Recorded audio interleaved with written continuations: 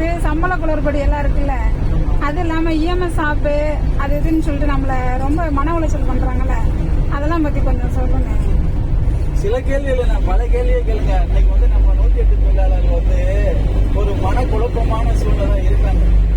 எல்லாருமே வந்து சம்பளம் இல்லாம தேதி பத்தாயி போச்சு, எல்லாருமே லோன் வாங்கி இஎம்ஐ கட்ட முடியாம இருக்காங்க. அதனால வந்து நிறைய பேருக்கு ஒரு குழப்பமான சூழ்நிலை இருக்கு. இந்த சூழ்நிலையில நம்ம என்ன பண்ணலாம், அடுத்து யார் வழிகாட்டுதலை பின்பற்றலாம், தனிப்பட்ட முறையில் அவரவர் என்ன மாதிரி முயற்சிகள் எடுத்து இதுக்கு சொல்யூஷன் தேடலான்னு பலவிதமான முயற்சியில் எடுக்கிறாங்க. ஒரு மனக்குழப்பமான சூழ்நிலை இருக்காங்க. ரெண்டாவது, அவரவருக்கு தெரிஞ்சு அவரவர் ஏரியாவில் வேற ஏதாவது கை செலவுக்காகிற மாதிரி பாத்திர வேலைக்கு போற சூழ்நிலைகள்லாம் தள்ளப்பட்டிருக்காங்க. எனக்கு தெரிஞ்சு அந்த அளவுக்கு வந்து பொருளாதார நெருக்கடியை இந்த 18 ஆண்டு காலம், கிட்டத்தட்ட 2008 நோக்கிட்டு ஆரம்பிச்சாங்க. இன்னைக்கு வந்து 2026 ஆச்சு. இத்தனை ஆண்டு காலத்துல, 18 ஆண்டு காலத்துல இல்லாத ஒரு நெருக்கடியை கடந்த ஒரு 3 மாசமா நம்ம நிர்வாகம் கொடுத்துட்டு வருது. இதுக்கு காரணம் என்ன அப்படின்னு பாத்தீங்கன்னாக்கா, இது ஒரு பிரித்தாளும் சூழ்ச்சி. இதை சொன்னாங்க, நம்ம பிரித்தாளும் சூழ்ச்சியா எப்படி அப்படிங்கிறது நம்மளுக்கு புரியும். ஏன்னா நம்மளுக்கு எல்லாருமே படிச்ச பயிலுங்க, எல்லாருமே ரொம்ப தெளிவா இருக்காங்க. மாஸ்டர் டிகிரி முடிச்சவங்கலாம் இஎம்பியா இருக்காங்க. இந்த கூகுள்ல சர்ச் பண்ணி பாக்குறது, ஏஐல வந்து அட்வான்ஸ் இன்டெலிஜென்ஸ் இப்போ வந்திருக்கு இல்லையா ஆப், அதுல வந்து நிறைய விளக்கங்கள்லாம் கேட்டு தெரிஞ்சுக்கிறது, இந்த மாதிரி எல்லாம் வந்து சமூக வலைத்தளத்தையும் ஆன்லைன்ல வந்து நிறைய பொது அறிவை வளர்த்துக்கிற மாதிரி விஷயங்களையும் அணுகி தேடி படிக்கிறாங்க. அது சம்பந்தமா நிறைய சேகரிக்கிறாங்க தகவல்களை. அதனால யாருமே விவரம் தெரியாத ஆளுகள்லாம் கிடையாது, எல்லாரும் ரொம்ப தெளிவா இருக்காங்க. ஆனா என்னன்னா, ஒரு தயக்கத்தோடயே இருக்காங்க. இதை நம்ம செஞ்சா நம்ம மேல ஏதாவது எதிர் நடவடிக்கை வந்துருமோ அப்படின்ற ஒரு பய உணர்வோட இருக்காங்க. அதுக்கு காரணம் வந்து நம்ம நிர்வாகம் தான். இது அதுக்கு இதுக்கு சம்பந்தம் இல்லை அப்படின்ற மாதிரி நீங்க நினைக்க கூடாது. என்ன காரணம்னா, இவன் வந்து உங்களுக்கு ஞாபகம் இருக்கு, ஒரு 4-5 வருஷத்துக்கு முன்னாடி என்ன பண்ணானா, எஸ்பிஐ பேங்க்ல இருந்து ஹெச்டிஎஃப்சிக்கு மாத்துக்கன்னு சொன்னேன் அக்கௌண்ட், அப்புறம் சேலரி அக்கௌண்ட். சில பேர் மாத்தினாங்க, பல பேர் மாத்தல, கம்பல் பண்ணேன்.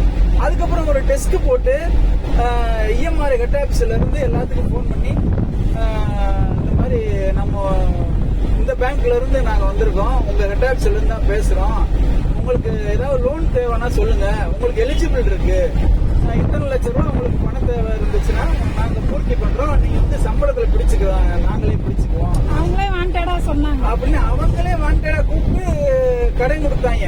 அது வந்து நம்ம ஆளுகளுக்கு வந்து ஒரு மகிழ்ச்சியான ஒரு தருணமா இருந்துச்சு. ஆனா விளக்க பார்த்து ஒரு சிக்கிற வெட்டில் பூச்சி மாதிரி அது. அதனால இந்த விஷயத்துல கொஞ்சம் எச்சரிக்கை அணுகுங்கன்னு நான் உட்பட நிறைய நண்பர்கள் சொன்னாங்க. ஆனா நம்ம ஆளுகளுக்கு பண தேவைகள் இருக்கு பாருங்க. இன்னைக்கு பண தேவை இல்லாத மனிதன் யாராவது இருக்கானா?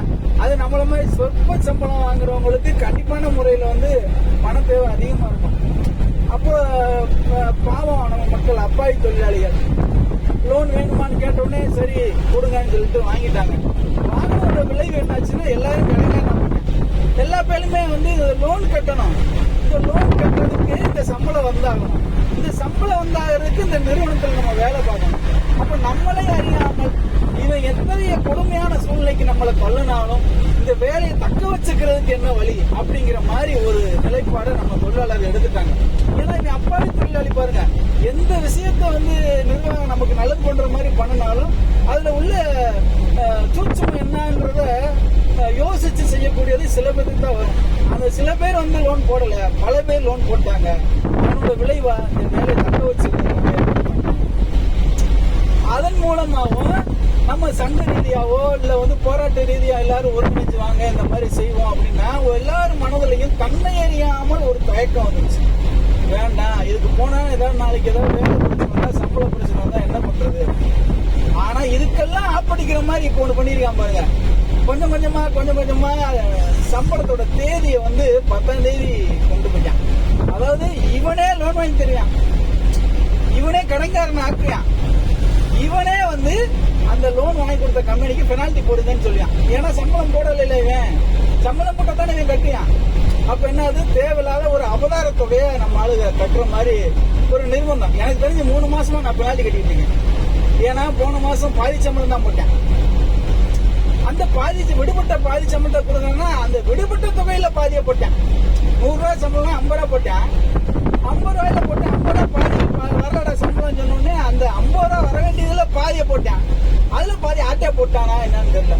இப்போ நீங்க வந்து 16 எப்படி பிடித்தாலும் சொல்லி எல்லா பேத்துக்கும் 16% ஊதிய உயர்வுன்னு சொல்லிட்டு அரசாங்கமும் தொழிற்சங்கங்களும் அக்ரிமெண்ட் போட்டிருக்காங்க. இதை வந்து நடைமுறைப்படுத்திட்டு வருது. இது நாள் வரையும் நடைமுறைப்படுத்திட்டு வராங்க. சமீப காலமா வந்து அது ஒரு பெரிய போராட்டமா போயிட்டு இருக்கு. நடைமுறைப்படுத்த மாட்டான்.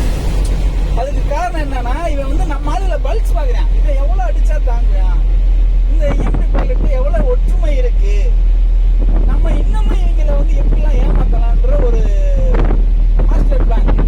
அதன்படிதான் வந்து பாத்தீங்கன்னா இந்த மாதிரி சம்பளத்தை வந்து டிலே பண்ணி போடுறது, பாதி சம்பளமா போடுறது. இப்போ 16% ஊதிய உயர்வு போட்டாங்க. யாருக்கு போட்டேன்? ஜூனியருக்கு போட்டேன். ஒரு வண்டியில 2 சீனியர் 2 ஜூனியர் வேலை பார்க்கறாங்கன்னு வச்சுக்கோமே. ஒரே வேலை, 4 பேருமே ஒரே மாதிரியான வேலை பொருள் இருக்கும். அப்ப நம்மளை அறியாமல் சீனியர்களுக்கு பூரா மனசுக்குள்ள ஒரு எண்ணம் வரும், இன்னைக்கு சேர்ந்த பயலுக்கு 14% போட்டான், நமக்கு 10% போட்டு விட்டாங்க. அந்த பசங்க புதுசா சேர்ந்த பசங்களுக்கு என்ன தோணும்னா, அண்ணன்மார்கள்லாம் கம்மியான சம்பளம் வாங்குறாங்களா கூட சம்பளம் வாங்குறாங்களா, நம்மளோட கூட தானே வாங்குறாங்க, நமக்கு 16% போட்டதுல இவங்களுக்குலாம் வந்து ஒரு என்ன கஷ்டம், மன கஷ்டத்துல நமக்கே கூட போட்டாங்கன்ற மாதிரி இவங்க பேசுறாங்க போல அப்படின்னு ஒரு நம்மளை அறியாமல் ஒரு உணர்வு சக தொழிலாளர்களுக்கிடையே ஒரு பாகுபாடை உண்டு பண்றாங்க. பழைய ஆளு புது ஆளு. அப்ப என்ன ஆகுது? போராட்ட காலம் 2 ஆகுது.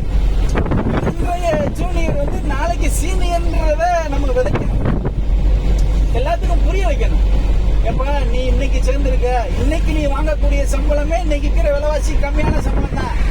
நான் 18 வருஷமா வேலை பார்க்கறேன்டா, 108 என்னன்னே தெரியாம பஸ் ஸ்டாண்ட் அந்த மைக்க பிடிச்சு 108 பயன்படுத்துங்க மக்களே, 108 பயன்படுத்துங்க அப்படின்னு சொல்லி விளம்பரப்படுத்தி கோடு மரத்துகள்ல பூரா ஏறி கட்டி, இதெல்லாம் மீட்டிங்ல அந்த காலத்துல பேசினான் ஒரு காலத்துல, அதை மறுபடியும் பேச வைக்கிறாங்க. இப்போ அந்த மாதிரிலாம் கொண்டு வந்து 108 டெவலப் பண்ணி விட்ட சீனியர்களுக்கு வந்து 10% ஊதிய உயர்வு. அப்ப என்ன பண்றான்? நம்ம இந்த 6% இன்கிரிமெண்ட், அரசாங்கம் கொடுத்த இன்கிரிமெண்ட் இவன் கையாடல் பண்ணான், அதுக்கான தீர்வு என்ன அப்படின்னு அதை நோக்கி நம்ம பயணிக்கிற காலகட்டத்துல அடுத்தா போய்க்கிறான், சம்பளத்தை பாதியா போறேன். அதாவது இன்கிரிமெண்ட் சம்பளத்துல ஒட்டுமொத்த சம்பளத்திலே பாதியா போட்டேன். அதுக்கு ஒரு காரணம் சொல்றான் பாருங்க. நீங்க வந்து ஃபேஸ் அட்டெண்டன்ஸ் போடல. எப்படி ஃபேஸ் அட்டெண்டன்ஸ் போடல? ஃபேஸ் அட்டெண்டன்ஸ் போடலன்னா நீங்க வந்து ஃபேஸ் அட்டெண்டன்ஸ் போற அளவுக்கு இந்த ஆம்புலன்ஸ் செல்லு கரெக்டா இருக்கா, அந்த ஃபேஸ் அட்டெண்டன்ஸ் விழுகிற அளவுக்கு அந்த ஆப் வந்து நீங்க சர்வர் ப்ராப்ளம் இல்லாம பக்காவா கொண்டு வந்துட்டீங்களா? இதெல்லாம் நிர்வாகமே சுய பரிசோதனை செய்யணுமா இல்லையா? நீ ஃபேஸ் அட்டெண்டன்ஸ் ஃபேஸ் பண்ணி சம்பளம் போடுறதா முடிவு எடுத்துட்டா, அந்த ஃபேஸ் அட்டெண்டன்ஸ்ல இருக்கக்கூடிய குளறுபடிகளை சரி பண்ணணுமா இல்லையா? 100 பேர் ஒரு மாவட்டத்தில் இருக்கானா 70 பேருக்கு அட்டெண்டன்ஸ் விழுகல, 30 பேருக்கு தான் விழுகுது. அப்ப அந்த 70 பேருக்கு எங்க கொண்டு வரேன்? சம்பளத்துல கை வைக்கிறேன், ஃபேஸ் அட்டெண்டன்ஸ் போடல. அதை எப்ப சொல்றேன்? 1ஆம் தேதி பாதி சம்பளத்தை போட்டு சொல்றேன். முறையாக இந்த ஃபேஸ் அட்டெண்டன்ஸை பராமரிக்கலாம், உங்களுக்கு ஊதிய குளறுபடி யாருக்கு வாய்ப்பு இருக்கு. சரி, இந்த மாதிரி லேட்டா வண்டி வந்து கேஸுக்கு போயிடுச்சு, நான் 9:30 தான் வண்டியே வருது, 10:30 வருது, நைட் டியூட்டி மாத்திரமே பகல் டியூட்டி மாத்திரமே 4 பேர் லொகேஷன்ல இருக்கான். இப்ப எப்படி அட்டெண்டன்ஸ் போடணும்? உங்க இஎம்ஐக்கு கால் பண்ணி சொல்லுங்க. இப்ப மாவட்ட அதிகாரிக்கு போன் பண்ணி, ஐயா இன்னும் வண்டி வரல, நான் டியூட்டிக்கு வந்துட்டேன், அவங்க ஏதோ ஒரு கேஸ் ஏற்றி போயிட்டாங்க, நான் வந்து டியூட்டி அட்டெண்டன்ஸ் போட்டுங்க எனக்கு அப்படின்னு நம்ம இன்ஃபார்ம் பண்ணணும் அப்படிங்கிறேன். சரி, அதை ஃபாலோ பண்றோம். மாவட்ட அதிகாரிக்கு போன் பண்ணி சொல்றோம், ஐயா அந்த மாதிரி வண்டி இல்லையா, நாங்க வந்துட்டோம், வண்டி கேஸுக்கு போயிருச்சு, எனக்கு இன்னைக்கு அட்டெண்டன்ஸை போட்டு விட்டியா, நான் வேலை செய்ய வந்துட்டேன் அப்படின்னு சொல்லுவோம். சரிங்கன்னு சொல்லிட்டு மாவட்ட அதிகாரி நோட் பண்றேன், போட்டோ எடுத்து போடணும்ன்றேன். அதுக்கப்புறம் என்ன ஆகுது? அதுக்கப்புறமும் சம்பள குளறுபடி வருது. ஃபேஸ் அட்டெண்டன்ஸ் போடல, அதுல பாதி சம்பளம் போயிருது. வண்டி கேஸுக்கு போட்டு நீங்க டியூட்டிக்கு வந்தாலுமே அதுல பாதி சம்பளம் போகுது. இதெல்லாம் வந்து கலையிறதுக்கு இஎம்ஐ அணுகுங்கிறேன். இஎம்ஐ பேசணும்னாக்க இஎம்ஐ வந்து நோட் பண்ணிக்கிறேன், நான் உங்களுக்கு அட்டெண்டன்ஸ் போட்டுறேங்கிறாப்ல. அப்ப அந்த மாசத்துல பாதி சம்பளம் தான் வருது. அவன்கிட்ட கேட்ட என்ன சொல்றான்? எனக்கு முறையாக உங்க வருகை பதிவேடு பதிவு செய்யப்படவில்லை, நீங்க வந்த நாட்களுக்கு மட்டும் சம்பளம் தரேங்கிறான். ஒரு எம்ப்ளாயி எத்தனை நாளைக்கு டியூட்டிக்கு வரணும் மாசத்துல?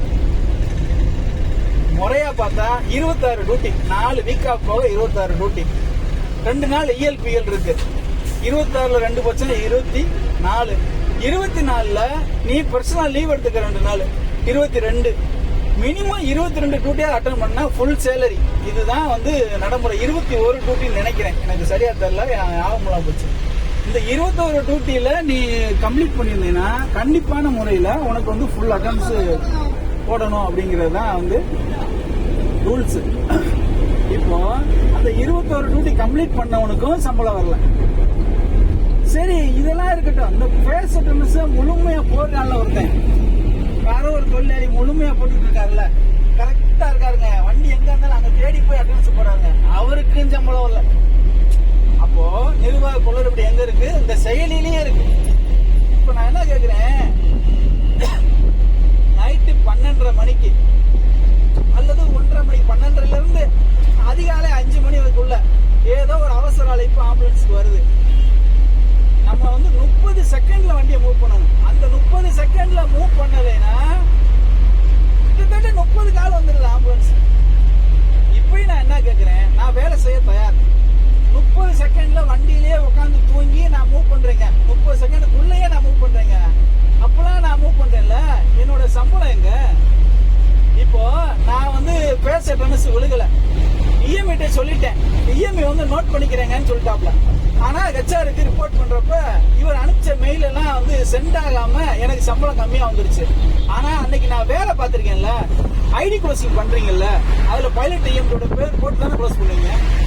அப்ப இந்த ஜிபிஎஸ் நான் மூவ் பண்ணலன்றத கண்காணிக்குது, இந்த ஃபேஸ் அட்டெண்டன்ஸ் நான் டியூட்டிக்கு வரலன்றத கண்காணிக்கிறது. ஆனா நான் ஒர்க் பண்ணிருக்கேன், நான் பார்த்த வேலையை கண்காணிக்கிறதுக்காக இந்த பிசிஆர்ல என்னோட பேர் இருக்குல்ல, அப்ப நீங்க வேலை பார்த்திருக்கேன்னு தானே அர்த்தம் அந்த தொழிலாளி. அதை அடிப்படையா வச்சு சம்பளம் போடுங்கடா. சேவை மயிருன்னுக்கிட்ட நாங்க தன்னால இங்க நைட்டு பகலும் பாடுபட்டு கிடக்கேன். இதை கேட்கறதுக்கு இதை பாக்குறதுக்கு துப்பு கட்ட நிர்வாகம் எதுக்கு இதை கையில் எடுக்கிற?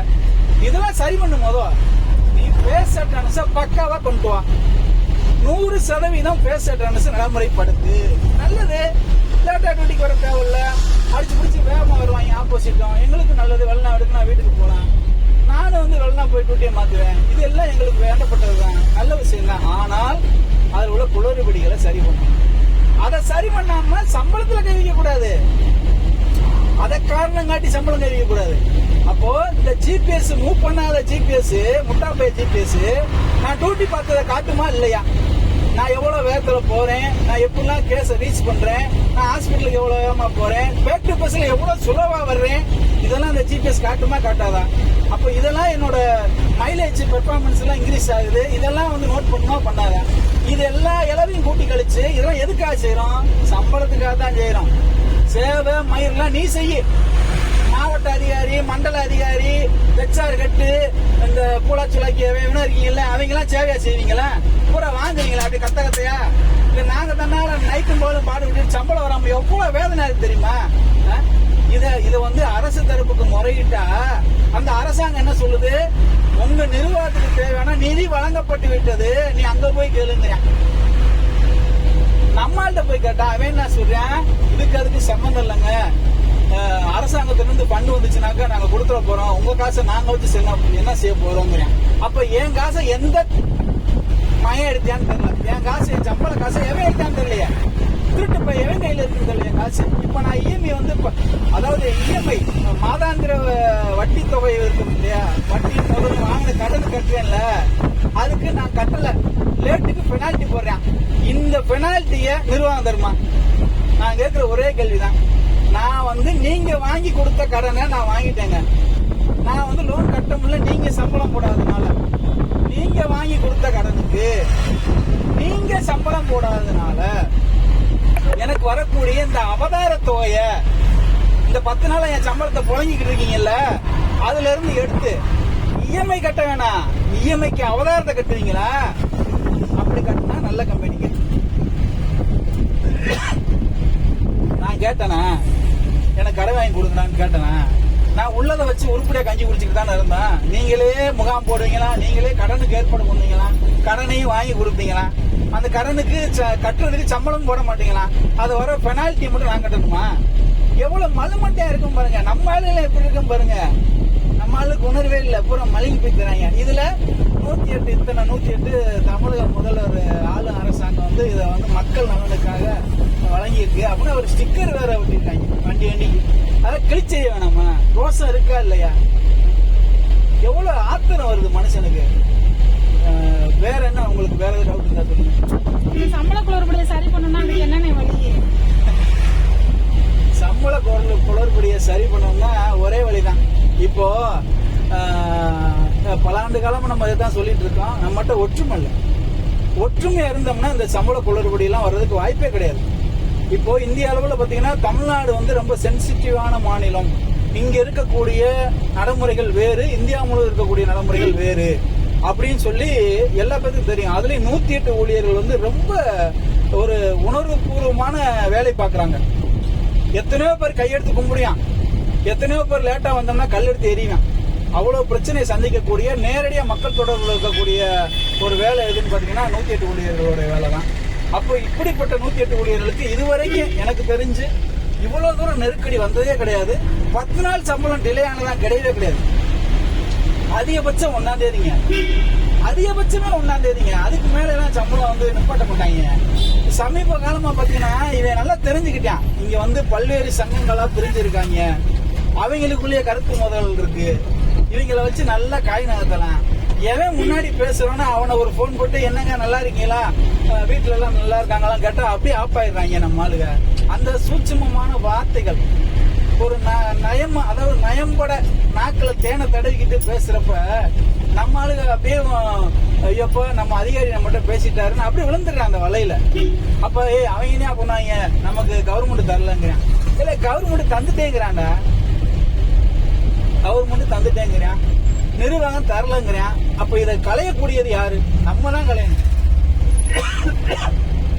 இதை தவிர்க்கணும்னாக்கா ஒற்றுமையா இருக்கணும். இந்த ஒற்றுமை சம்பந்தமா தான் நம்ம நிறைய தடவை பேசிக்கிட்டே இருக்கோம். மக்கள் மத்தியில ஒற்றுமைக்கான வாய்ப்புகள் இருக்கா அப்படிங்கறத இனி வரக்கூடிய காலங்கள முடிவு பண்ணணும். சரி, இப்ப சம்பளம் 10 நாளா வரல, இன்னமும் தள்ளி போறதுக்கு வாய்ப்பு இருக்குன்னு நான் நினைக்கிறேன். இன்னைக்கு, அதாவது இன்னைக்கு வந்து என்ன தேதி? இன்னைக்கு ஞாயிற்றுக்கிழமை.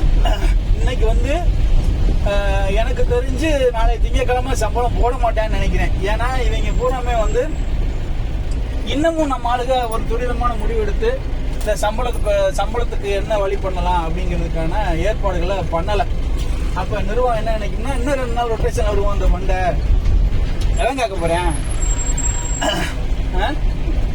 அதாவது ஊருக்கு இழைச்சவன் பிள்ளையார் கோயில் ஆண்டி. பிள்ளையார் கோயில எப்பயாவது பொங்க வைப்பாங்க, அதை வாங்கி இருக்க ஒரு ஆண்டி இருப்பார்ல, அவர் சின்ன பிள்ளைலாம் போய் வம்புழுக்குங்க, பெரிய ஆள் வம்புழுப்பாங்க. ஊருக்கு இழைச்சவன் பாவம். அது மாதிரி இந்த 108காரங்க பாரு, இந்த மெடிக்கல், அதாவது மருத்துவத்துறையிலே ரொம்ப பின்தங்கிய கடைநிலை விளிம்பு நிலை ஊழியர்கள் யாருன்னா 108 தொழிலாளர்கள் தான். அடிச்சாலும் கேட்க ஆள் இல்ல, ஆதரிக்கவும் ஆள் இல்ல. இப்போ ஜிஹெச்ல போய் கேஸ் நிறுத்திட்டு சச்சரவதற்காக எம்கி வரக்காக நிப்பாட்டி இருந்தேன். உங்களுக்கு தெரியாது, நான் சொல்றேன் கேளுங்க. எனக்கு தெரிஞ்ச ரொம்ப பரிச்சயமான டாக்டர், பழைய டாக்டர் வந்தாரு. என்ன 2 மணி நிக்குது, வண்டியை மூவ் பண்ணலாம்னு சொல்லி வீடியோ எடுக்கிறாரு. அப்ப சார் வணக்கம் சார், வண்டி எடுங்க. என்ன ஸ்ட்ரக்சர் வரல, இஎம்டி வரல சார் சொல்றோம். சரி எடுத்துருங்கன்றான்.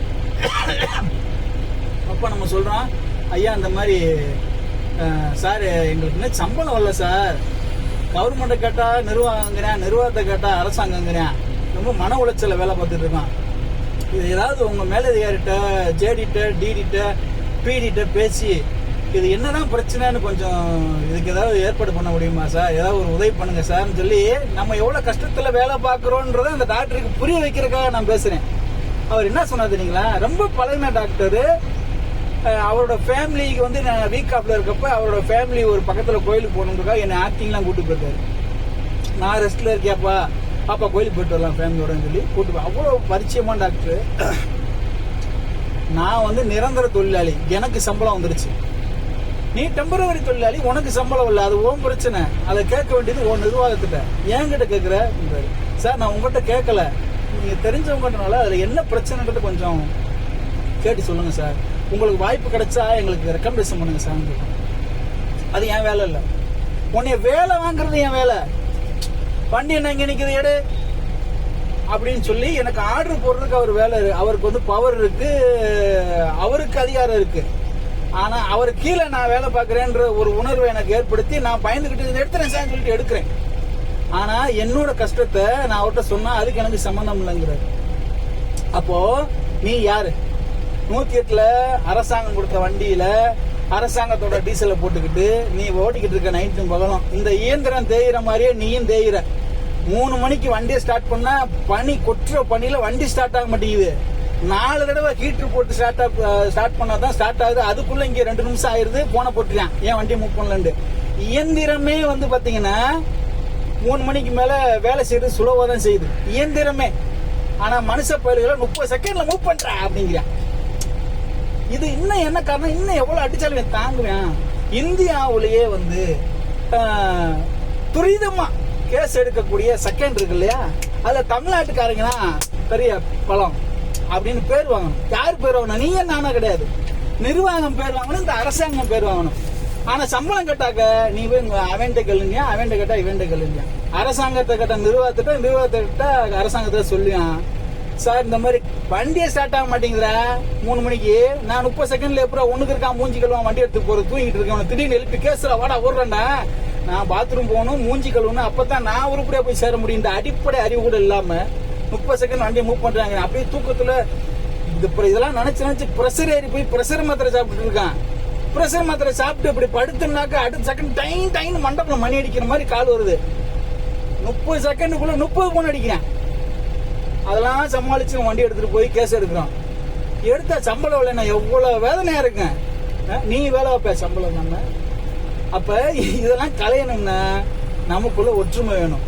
நீ பெரிய சங்கம், நீ பெரிய சாதி, நீ பெரிய சமூகம், இதெல்லாம் தூக்கி போட்டுட்டு நம்ம எல்லாருமே அடிமை தான்டா. எந்த சங்கத்துக்காரனை பார்த்து உனக்கு சம்பளம் குறையா? நீ இந்த சங்கத்துக்காரனுக்கெல்லாம் சம்பளத்தை போட்டு விடு, அந்த சாதிக்காரனுக்கெல்லாம் சம்பளத்தை போட்டு விடுனா போறேன். எல்லா பத்தியும் அடிமையா வச்சு வேலை வாங்கிட்டு இருக்கேன். அது தெரியாம இவங்க மழை கட்டிக்கிறாங்க.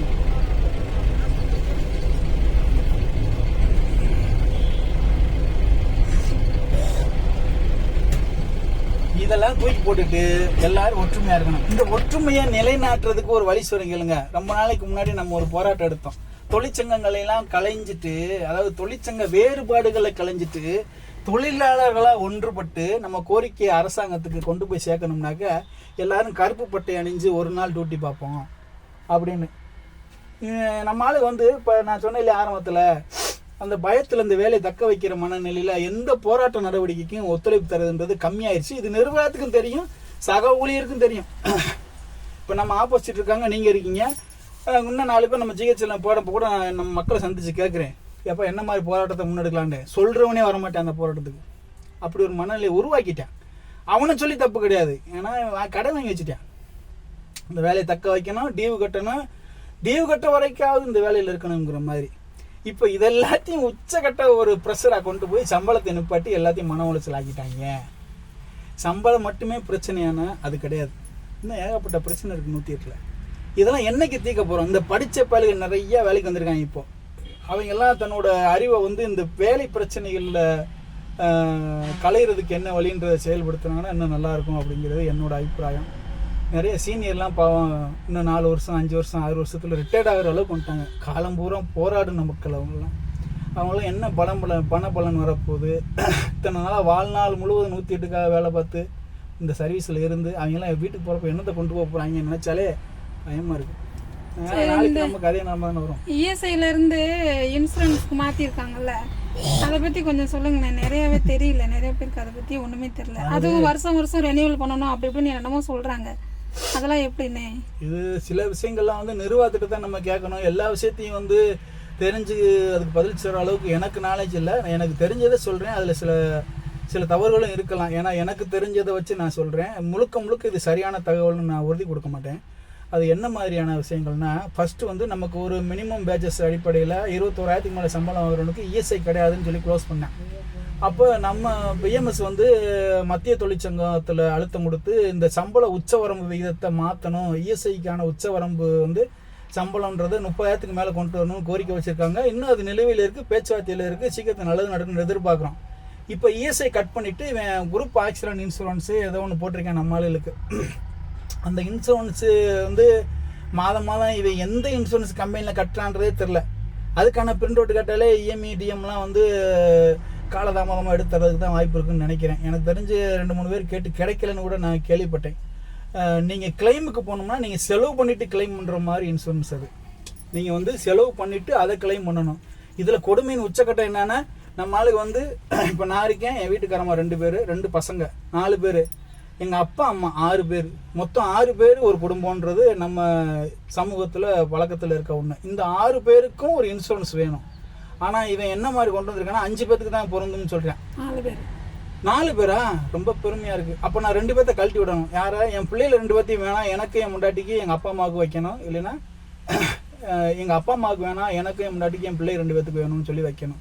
அப்போ குடும்பத்துக்கு நம்ம வேலை பார்த்து மருத்துவ உதவி கூட பண்ண முடியாத ஒரு இன்சூரன்ஸ் இது, காப்பீடு. இந்த காப்பீடு முற்றிலும் தவிர்க்கப்படணும். நம்ம வேலை பார்க்கக்கூடிய தொழிலாளி ஆம்பளை பசங்களாக இருந்தால் அவனோட குடும்பம் சார்ந்த அத்தனை உறுப்பினர்களுக்கும் அந்த காப்பீடு வந்து பொருந்துகிற மாதிரி அதை மாற்றணும். அதே மாதிரி இஎம்டி இருக்காங்கனாக்கா பெண் தொழிலாளி வந்து அவங்க மாமனார் மாமியார், அவங்க கணவர், அவங்க குழந்தைகள் உட்பட மினிமம் 6 பேர்த்துக்காக பொருந்துகிற மாதிரி இந்த இன்சூரன்ஸ் நடைமுறையை மாற்றி கொடுக்கணும். அதே மாதிரி நீங்கள் இன்னும் கூட 100 ரூபா சேர்த்து பிடிச்சிக்கலாம் சம்பளத்திலேருந்து. இந்த குரூப் இன்சூரன்ஸுக்காக பிடிக்கக்கூடிய ஃபண்டு எங்கள் சம்பளத்தாங்க பிடிக்கிறீங்க. இப்போ இஎஸ்ஐனாக்கா நீங்கள் நிர்வாகத்திலேருந்து பாதி போடணும். இஎஸ்ஐ வந்து முழுக்க முழுக்க நம்ம சம்பளத்தில் பிடிக்கிறானோ நிர்வாகத்தில் பிடிக்கிறானோ அது ஒரு அமௌண்ட் கொடுத்து தான் ஆகணும். சம்பளத்திலேருந்து நிர்வாகத்திலேருந்து மறைமுக கட்டணம் மாதிரி அது போயிட்டே இருக்கும், நமக்கு சுமையாக தெரியாது. இப்போ இன்சூரன்ஸுக்கு நீ பிடிக்கிறது வந்து தயவு செஞ்சு இன்னும் கூட 1000-500 சேர்த்து போனாலும் பரவாயில்ல, எல்லாத்துக்கும் பொருந்துகிற மாதிரி ஒரு இன்சூரன்ஸ் கொண்டு வாங்க. உதாரணத்துக்கு சொல்லணும்னா அந்த ஸ்டார் ஹெல்த் இன்சூரன்ஸ் மாதிரி நிறைய வைத்தியங்கள் அதில் பார்க்குற மாதிரி, ஏடிஎம் கார்டு மாதிரி நீங்கள் அந்த இன்சூரன்ஸ் வச்சுருந்ததை கொண்டு போய் நீங்கள் கொடுத்தாலே வந்து அந்த கார்டை கொடுத்தாலே அவன் வந்து கிளைமுக்கு வந்து நீங்கள் எதுவுமே சிரமப்படவே தேவையில்லை. ஏடிஎம் கார்டு மாதிரி இந்த வியாதிக்கு இவ்வளோ ஃபண்டுன்னு அவன் ஸ்விப் பண்ணி எடுத்துக்குவேன். நமக்கு தொந்தரவு இல்லாத அளவுக்கு ஒரு சேஃப்டியை மருத்துவ பணியாளர்களாகிய நமக்கு கொண்டு வரணும். இது மாதிரி இன்சூரன்ஸை மாற்றி அமைக்கணும் அப்படிங்கிறது என்னோட நோக்கம், என்னோட விருப்பம். அதுதான் சரியாகவும் வரும். இதெல்லாம் ரொம்ப அடிப்படையான விஷயங்கள். இதெல்லாம் நம்ம மக்களுக்கு வந்து இன்னும் போதுமான நாலேஜ் இல்லை அப்படிங்கிறது எனக்கு ஒரு வருத்தமான செய்தி. ஏன் இல்லைனாக்கா எவனுக்கோ பிரச்சனை வருது, எனக்கு இல்லை. எங்கள் அப்பா அம்மாவுக்கு முடியல, என் பிள்ளை ஊட்டி நல்லா தான் இருக்குது, எங்கள் அப்பா அம்மா நல்லா தான் இருக்காங்க அப்படிங்கிற பட்சத்தில் நான் நினைக்கிறது எனக்கு நாளைக்கு வரலாம் பாருங்கள், நானே நாளைக்கு கீழே விழுகலாம், எனக்கான வைத்திய செலவு வரலாம். இதுக்கெல்லாம் சேஃப்டி பண்ணுற மாதிரி ஒரு காப்பீடு நான் வேலை பார்க்குற கம்பெனியில் கேட்டு நான் தானே பெறணும். இந்த மாதிரி விஷயங்களை சரி பண்ணி கொடுக்கணும். இப்போ இருக்கக்கூடிய இன்சூரன்ஸு முழுக்க பலன் தராத ஒரு காப்பீடாக இருக்குது. வேற டவுட்டு? அவ்வளோதாண்ணா. சரி, இதெல்லாம் நிறைய விஷயங்கள் பேசணும். எனக்கு ஒரு எண்ணம் தான். நம்ம மக்கள் வந்து எப்படி எடுத்துக்காங்கன்னா, பால் கண்ணனா பிஎம்எஸ்காரரு, பிஎம்எஸ் சங்கத்துக்காக பேசுகிறாருன்னு நினச்சிப்பாங்க. அதனால் நான் எந்த கருத்தையும் முன்வைக்க விரும்பலை. இப்போயும் வந்து எனக்கு ஆதங்கம் தாங்கலை. இப்போ எனக்கு தான் இந்த மாதிரி ஆதங்கங்கள் இருக்கா, மற்ற மக்களுக்கெல்லாம் இந்த மாதிரி இருக்கான்றது ஒரு டவுட்டாக இருக்குது. ஏன்னா நம்ம ஆளுகெல்லாம் ரொம்ப சைலண்டாக இருக்காங்க. இன்னும் 10 நாளைக்கு சம்பளம் போடலைன்னா கூட அமைதியாக வேலை பார்ப்பாங்க போல், அந்த மாதிரி இருக்காங்க. தயவு செஞ்சு இதெல்லாம் கலைஞ்சிட்டு இந்த ஒற்றுமையாக எல்லாரும், இப்போ நாளைக்கு திங்கக்கிழமை சம்பளம் போகிறேன்னு சொல்லியிருக்கான்ல, இதை தான் சொல்லியிருக்கேன் 10 நாளாக. நீ திங்கக்கிழமை காலையில் டியூட்டிக்கு வர்றவங்க, டியூட்டி முடிச்சு போகிறவங்க எல்லாரும் கருப்பு பேச்சு குத்தி வேலை பார்ப்போம், சம்பளம் போடுற வரைக்கும் நாங்கள் கருப்பு பேச்சோட வேலை பார்க்குறோன்னு எல்லா பேரும் கேட்பேன். பத்திரிக்கையாளர் கேட்பேன், அட்டண்டர் கேட்பேன், டாக்டர் நர்ஸ் எல்லோரும் கேட்பாங்க, நம்ம வேலை பார்க்குற இடத்துல எல்லோரும் கேட்பாங்க. அப்போ நம்ம சொல்லலாம் எங்களுக்கு இன்னும் சம்பளம் இல்லைன்ட்டு. நீ சம்பளம் இல்லைன்றது 4 பேர்த்து சொன்னால் தான் தெரியும். 108காரனுக்கு என்னையா அவன் எவ்வளோ சம்பளம் வாங்குறேன், அரசு வண்டி ஓட்டுறேன் அப்படிங்கிற மாதிரி ஒரு பகுமானம் தான் நம்மளை பற்றி இருக்க முடியாது. நம்ம எவ்வளோ கஷ்டத்தில் இருக்குன்றது மக்களுக்கு தெரிய வாய்ப்பே கிடையாது. நீ அதை கொண்டு போய் சேர்க்கணும்னாக்கா இந்த மாதிரி தான் பண்ணணும். நீ உண்ணாவிரத்துக்கு வா, மனு கொடுக்க வானா கூட வரமாட்டேன். நீ நாளைக்கு மாவட்ட ஆட்சியர் அலுவலகத்தில் எல்லோரும் வாங்க மனு கொடுப்போம்னு சொன்னால் கூட வருவாங்க. அவங்கவுங்க வேலையை போட்டுட்டு நைட்டெல்லாம் தூக்கம் முடிச்சு வண்டி ஓட்டிட்டு மறுநாள் தூக்க கழகத்தில் வர்ற உண்மையான தொழிலாளி இருக்காங்க. ஆனால் எதுக்கு அவங்க போகிறாங்க, இல்லை நமக்கு இந்த வேலை கிடக்கு அப்படின்னு தட்டி கழிக்கிற ஒரு மனநிலை தான் இன்றைக்கி வந்து உருவாயிருச்சு. அப்போது எல்லோரும் ஈஸியாக பண்ணக்கூடிய விஷயம் வந்து இந்த கருப்பு பேச்சு, இதை ஃபாலோ பண்ணலாம் அப்படிங்கிறது என்னோட எண்ணம், தனிப்பட்ட கருத்து. இதுலயாச்சும் ஒரு சிம்பிளான ஒரு ஒற்றுமை எல்லாரும் காமிச்சா ஒரு நல்ல ஒரு ரிசல்ட் எதிர்பார்க்கலாம். நாளைக்கோ அல்லது நாளை மறுநாளோ வந்து சம்பளம் போடுறதுக்கான சாத்தியக்கூறுகளுக்கு, ஏன்னா காலவரையற்ற கருப்பு பட்டை அணியும் போராட்டம் அறிவிச்சு பண்ணலாம். இது வந்து என்னோட தனிப்பட்ட கருத்து, நான் என் சங்கத்தில் கூட கேட்கல. நம்ம ஆளு இது சரின்னு பட்டால் இதுக்கு ஆதரவு கொடுத்து நாளையிலேருந்து துவங்கலாம்ன்றது என்னோட விருப்பம். வேற என்ன? நன்றி.